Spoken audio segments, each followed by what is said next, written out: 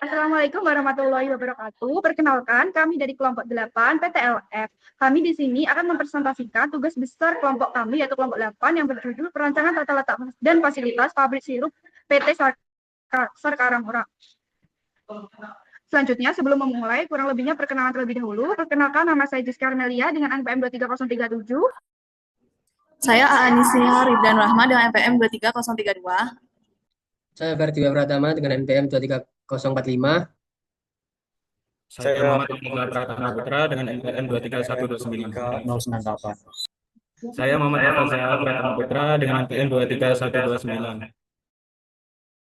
Yang pertama yaitu tentang profil perusahaan PT Sarkara Mura. Di sini terdapat logo yang telah kami buat. Untuk yang pertama yaitu PT Sarkara Mura adalah perusahaan manufaktur minuman yang memproduksi sirup dengan cita rasa autentik dari bahan alami pilihan dan teknologi modern. Produk sirup Sarkara Mura ini ditujukan untuk kebutuhan rumah tangga, kafe, restoran, hingga industri kuliner.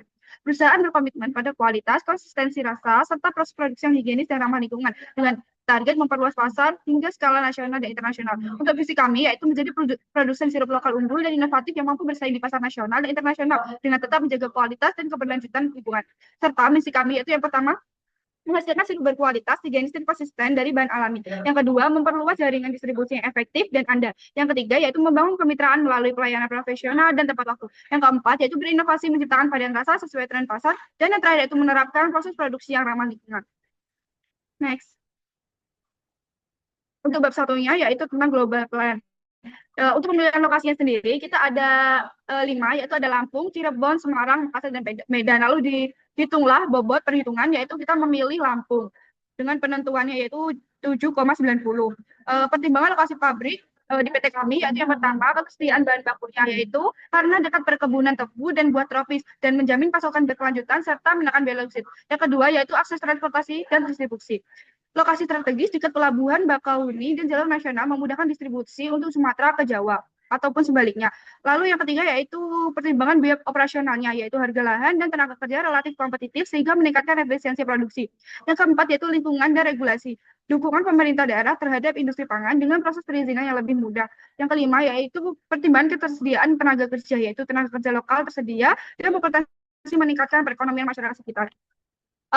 Dengan adanya tabel itu, berdasarkan tabel tersebut, pembobotan tertinggi didapatkan nilai dengan pada kota Lampung yang berada pada nilai tertinggi yaitu 7,90. Lokasi dibangunnya tata letak fasilitas ini tempatnya berada di daerah Sidoluhur, Kecamatan Ketapang, Kabupaten Lampung Selatan, Provinsi Lampung, karena memenuhi semua faktor yang akan menunjang keberlangsungan pabrik untuk kedepannya. Untuk faktor dominasi lokasi, yang pertama ada customer base.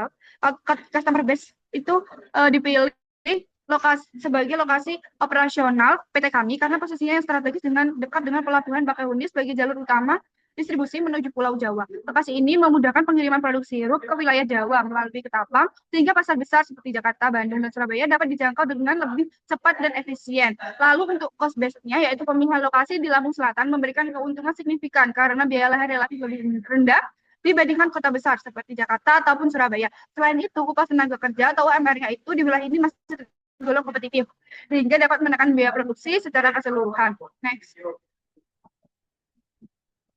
Untuk kompetitor base-nya itu yaitu PT Sarkara Mura dengan PT Cassava Indonesia, sama-sama memproduksi sirup, namun memiliki perbedaan keunggulan logistik berdasarkan lokasi operasionalnya. PT Sarkara Mura yang berlokasi dekat Pelabuhan Bakauheni memiliki akses distribusi yang lebih cepat dan efisien ke pasar besar di Pulau Jawa seperti Jakarta, Bandung, dan Surabaya. Keunggulan lokasi ini memungkinkan pengurangan biaya logistik, cepat pengiriman, serta peningkatan daya saing harga dan kepuasan pelanggan. Sebaliknya, begitupun PT Cassava Indonesia yang berlokasi di Tarahan harus menempuh jalur darat menuju pelabuhan, sehingga berpotensi menambah waktu dan biaya distribusi, terutama untuk pasar Jawa. Meski demikian, PT Cassava Indonesia tetap memiliki peluang dengan memaksimalkan pasar lokal Sumatera dan mengoptimalkan strategi distribusinya agar tetap kompetitif. Untuk luas tanah dan ukurannya itu, yaitu seperti pada gambar yang tertera, di sini sudah ada. Lalu untuk faktor-faktor yang mempengaruhinya, yaitu posisi grafis yang strategis. Lalu ada efisiensi distribusi produk, karena lokasi di jalur transportasi utama dapat menekan biaya logistik dan mempercepat waktu pengiriman ke pasar lokal maupun antar wilayah. Yang ketiga, yaitu kedekatan dengan sumber bahan baku, di mana Lampung sebagai sentra tebu dan buah tropis memungkinkan pengadaan bahan baku lebih cepat, murah, dan minim resiko kerusakan.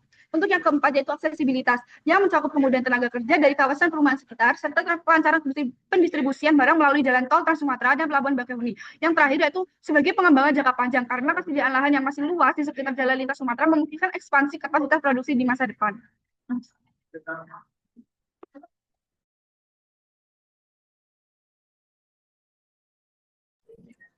Lalu selanjutnya terdapat bab 2 yaitu suprapress plan, yaitu pertama ada proses produksi dari sirup PT Salkara Mora. Sirup glukosa didefinisikan sebagai larutan yang dimurnikan serta terkonsentrasi dan terbuat dari pati. Berdasarkan SNI, sirup glukosa didefinisikan sebagai cairan kental dengan konsistensi kekentalan yang tinggi dan berwarna jernih dengan kandungan utamanya adalah glukosa.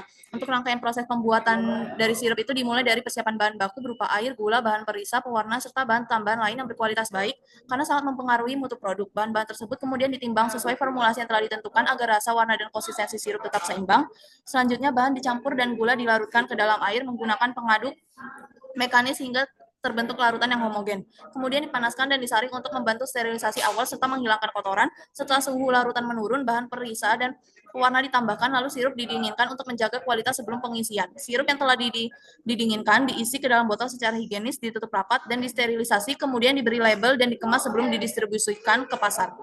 Lalu untuk mesin produksinya ini, yang pertama ada belt conveyor, yang kedua ada automatic rotary bottle washing machine, yang ketiga ada automatic bottle drying machine. Next. Selanjutnya ada mixing tank, itu untuk digunakan untuk sebagai alat industri yang bergerak pada pengolahan makanan dan minuman. Lalu ada liquid filling machine yang digunakan untuk memasukkan produk cair ke dalam kemasan botol. Lalu ada servo pump liquid filling machine yang digunakan untuk alat otomatis untuk mengisi cairan ke dalam botol atau wadah. Lalu ada capping bottle machine untuk menutup botol dengan tutup secara otomatis atau semi otomatis dalam proses produksi. Lalu selanjutnya ada automatic bottle labeling machine and label applicator. Lalu ada wrap around case packer. Lalu ada mesin pencuci pisang, lalu ada Lelford machinery, lalu ada pure banana yang digunakan untuk menghancurkan daging buah pisang menjadi bubur halus, lalu ada steam jacket kettle yang digunakan untuk proses pemasakan bubur pisang, lalu selanjutnya ada cartridge filter machine yang digunakan untuk proses penyaringan akhir sirup pisang sebelum masuk ke tahap pengisian, lalu ada tunnel pasteurizer yang digunakan untuk memanaskan produk dalam kemasan. Next. Selanjutnya di sini terdapat struktur organisasi dari PT Salkara Mora yang terdiri dari direktur utama, sekretaris, konsultan, dan selanjutnya dengan departemen logistik, departemen produksi, departemen keuangan, dan juga staff sales. Lalu selanjutnya di bawah ini terdapat BOM atau Bill of Material dari sirup PT Salkara Mora. Yang pertama ada bahan utamanya itu untuk gula 500 gram, pisang 250 gram, air 750 ml. Lalu ada bahan tambahannya untuk ada asam nitrat, esen vanila, esen pisang, perisa, dan juga garam. Dan yang terakhir ada kemasan, yaitu terdiri dari label kemasan, tutup botol, dan juga botol kaca. Next. Selanjutnya ini terdapat struktur produksi sirup pisang. Bisa dilihat dalam tabel ada namanya, yaitu ada sirup pisang, dan juga ada jumlah atau bobotnya, dan ada satuannya, ada levelnya, dan juga keterangannya. Lalu di sebelahnya itu terdapat peta proses operasi. Sama seperti sebelumnya, ada persiapan bahan baku, penimbangan bahan baku, pencampuran dan pelarutan, pemanasan dan penyaringan, pendinginan dan penambahan rasa, inspeksi rasa dan warna, lalu pengisian ke botol dan pasteurisasi, lalu pelabelan dan pengemasan, dan yang terakhir inspeksi akhir produk. Next.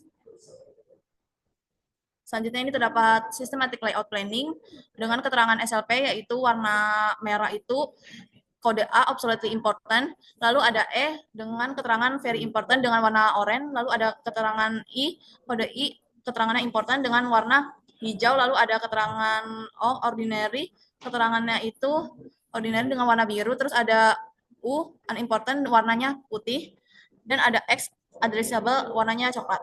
Selanjutnya ini terdapat ARC atau Activity Relationship Chart dari PT Salkara Mora, yaitu ruang kantor, ruang produksi, gudang bahan baku, gudang barang jadi, pusat medis, penampungan dan pengolahan limbah, area parkir, tempat ibadah, dan kantin. Next. Lalu di sini terdapat ARD dari PT Salkara Mora. Gambar tersebut merupakan Activity Relationship diagram ARD PT Salkara Mora yang menunjukkan tingkat kedekatan antar area fasilitas produksi. ARD digunakan untuk menyusun tata letak agar aliran proses lebih efisien, aman, dan lancar. Garis merah atau A menandakan area yang harus berdekatan, garis hijau atau I menunjukkan hubungan penting, garis biru atau O kedekatan biasa, dan garis orange atau bergerigi atau X area yang sebaiknya dijauhkan. Lalu selanjutnya terdapat layout awal dari PT Salkara Mora.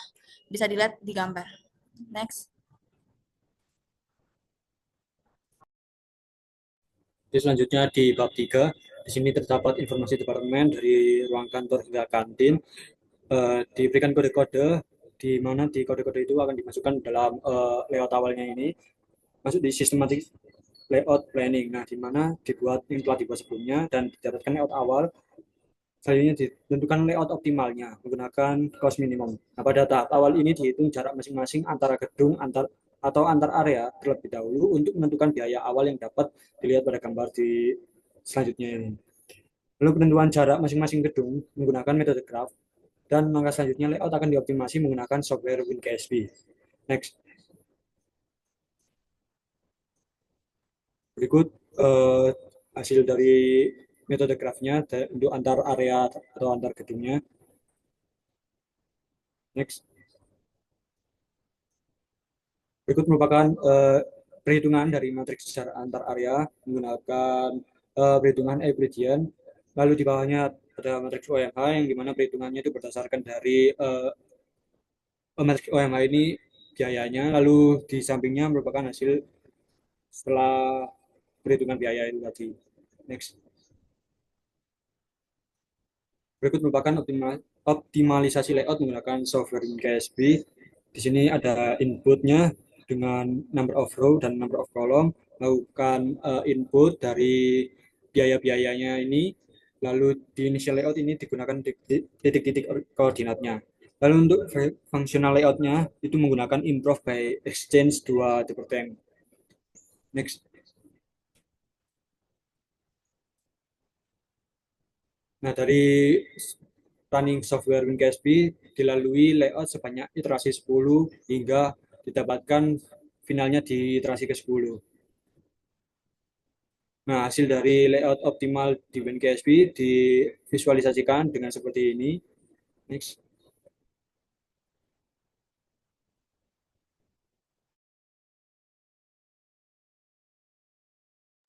Kemudian untuk pada bab 4 yaitu adalah optimasi layout mesin menggunakan metode core lab. Yang pertama ditentukan hubungan antara satu mesin dengan mesin yang lain, serta ditentukan jumlah kotak yang akan mewakili fasilitas tersebut. Kemudian selanjutnya dihitung nilai TCR total gross mass rating dan diurutkan berdasarkan kedekatan antara masing-masing fasilitas hingga didapatkan layout yang sesuai. Berikut merupakan perhitungan nilai TCR mesin ruang produksi. Ini contohnya seperti ini. Nah, ini untuk urutan mesin setelah melalui optimasi menggunakan metode TCR yang sebelumnya telah dijelaskan. Kemudian ada optimasi layout ruang kantor, sama juga menggunakan metode yang tadi menggunakan TCR untuk menghitung kedekatan antar area fasilitasnya. Di sini bisa dilihat nilai perhitungan nilai TCR-nya ada di yang tabel bawah. Kemudian dihasilkan layout ruang kantor yang telah optimal bisa dilihat seperti ini. Selanjutnya adalah layout pusat medis, dihitung TCR-nya terlebih dahulu. Kedekatan antar ruangannya di layout pusat medis itu yaitu ada 9 area, mulai dari ruang limbah, obat, sampai ruang konsultasi dokter. Nah, untuk hasil layout pusat medisnya bisa dilihat di kanan. Mohon maaf karena tulisannya tidak terlalu jelas ya di sini. Selanjutnya ada layout masjid, yaitu ada terdiri dari 5 ruangan dari mulai tempat ibadah hingga toilet. Nah, di sini perhitungan TCR-nya seperti ini. Bisa dilihat di kiri bawah. Nah, setelah menggunakan TCR, dapat dilihat layout masjid yang telah optimal di bagian sini. Yang kemudian dilanjutkan dengan layout kantin, terdiri dari 6 ruangan, dari mulai tempat makan, working area, hingga ruang penyimpanan makanan. Setelah itu, dihitung nilai TCR kantin, nilai kedekatannya berdasarkan ini tadi. Nah, selanjutnya didapatkan layout kantin yang telah optimal setelah melalui perhitungan nilai TCR, seperti ini. Kemudian ada layout gudang bahan baku. Seperti biasa ada 4 ruangan, mulai dari ruang pengawasan hingga jalur forklift. Setelah itu melakukan perhitungan nilai TCR gudang bahan baku dan dihasilkan layout gudang bahan baku, seperti yang di kanan bawah, seperti ini. Kemudian ada layout gudang barang jadi, untuk ruangannya ada 4, mulai dari area penyimpanan hingga ruang pengawasan. Untuk nilai perhitungan TCR-nya ada di pojok kiri bawah, bisa dilihat di bagian sini. Nah, ini untuk layout optimalnya yang sudah dilakukan menggunakan perhitungan TCR. Kemudian matriks hubungan fasilitas pada pengolahan limbah. Di sini ada sekitar 11 mesin untuk perhitungan pengolahan limbahnya, mulai dari awal yaitu air masuk hingga area effluent monitoring bay. Kemudian melakukan perhitungan nilai TCR atau kedekatan antar ruangan, maka didapatkan layout optimal pada kanan bawah seperti ini. Kemudian untuk layout keseluruhan menggunakan TCR yang telah optimal dari ruangan-ruangan yang telah disebutkan tadi. Di sini digabungkan menjadi satu. Dapat dilihat mulai dari tempat parkir, tempat ibadah hingga kantin. Selanjutnya ada perhitungan tenaga kerja. Untuk rumusnya yaitu adalah T kali OI dibagi dengan efisiensi mesin kali H. Untuk keterangannya bisa dilihat di bawah sini. Mulai dari N itu tenaga kerja, T itu waktu operasi, OI itu output standar, dan H itu adalah jam kerja. Untuk hasilnya dapat dilihat di tabel di kanan seperti ini. Kemudian untuk kebutuhan tenaga kerja di ruang kantor. Pada gedung kantor diperlukan 68 tenaga kerja untuk melakukan kinerja di bagian ruang HRD, Direktur Utama, Sekretaris, Konsultan, Departemen Logistik, Departemen Produksi, hingga petugas kebersihan. Pada gudang bahan baku membutuhkan 15 tenaga kerja. Pada gudang bahan jadi dibutuhkan 7 tenaga kerja. Pada pusat medis dibutuhkan 5 tenaga kerja. Untuk pengolahan limbah dibutuhkan 6 tenaga kerja. Untuk tempat parkir dibutuhkan 2 tenaga kerja. Untuk musola dibutuhkan 3 tenaga kerja. Untuk kantin membutuhkan 3 tenaga kerja. Kemudian untuk selanjutnya dapat dilihat untuk nilai keseluruhan dari setiap fasilitas, yaitu jumlah tenaga kerjanya dapat dilihat di sini. Berdasarkan jumlah tenaga kerja yang dibutuhkan pada setiap fasilitas pada PT Sarkara Mora diperoleh total kebutuhan tenaga kerja sebanyak 230 tenaga kerja. Berikutnya adalah bab 5, sub micro space plane akan dilanjutkan oleh teman saya. Baik, untuk bab 5-nya sendiri itu terfokus untuk pendetailan setiap ruangan. Di sini ada pendetailan tempat parkir yang sudah tergambarkan dengan software Visio yang sudah kelompok kami buat. Kemudian ada pendetailan juga di ruangan masjid. Next. Di sini ada juga tempat pengolahan limbah, tampilan mesin-mesinnya, kemudian di ruang produksi juga, mulai dari ruangan dan mesin produksinya. Kemudian ada gudang bahan baku dan gudang barang jadi. Dan ada ruang kantor di setiap ruangan-ruangannya, kemudian ada pusat medis juga, dan ada kantin. Kemudian dari semua pendetailan tiap ruangan itu disusun menggunakan Visio juga, mengikuti running final dari hasil WinKSB, maka dihasilkan layout finalnya seperti pada gambar tersebut. Next. Dan ini gambaran etiket yang sudah kami masukkan beserta keterangan dan legendanya. Next. Untuk bab terakhir, di sini ada kesimpulan dan saran. Untuk kesimpulannya sendiri, dari tugas besar perancangan tata letak fasilitas ini menunjukkan bahwa PT Sarkara Mora telah merancang pabrik produksi sirup secara terencana dan strategis dengan mempertimbangkan efisiensi operasional, kelancaran aliran material, serta kenyamanan dan keselamatan kerja. Lokasi pabrik di Lampung Selatan dengan luas lahan 6.870 meter persegi dipilih karena dekat dengan sumber bahan baku, memiliki biaya operasional yang lebih rendah, serta akses distribusi yang sangat baik melalui pelabuhan Makauni, sehingga mampu menekan biaya logistik dan meningkatkan daya saing. Perancangan tata letak menggunakan pendekatan sistematik layout planning atau SLP memungkinkan pengaturan ruangan produksi, gudang, dan fasilitas pendukung secara optimal, didukung oleh penggunaan mesin yang sesuai untuk menjaga kualitas dan konsistensi produk sirup.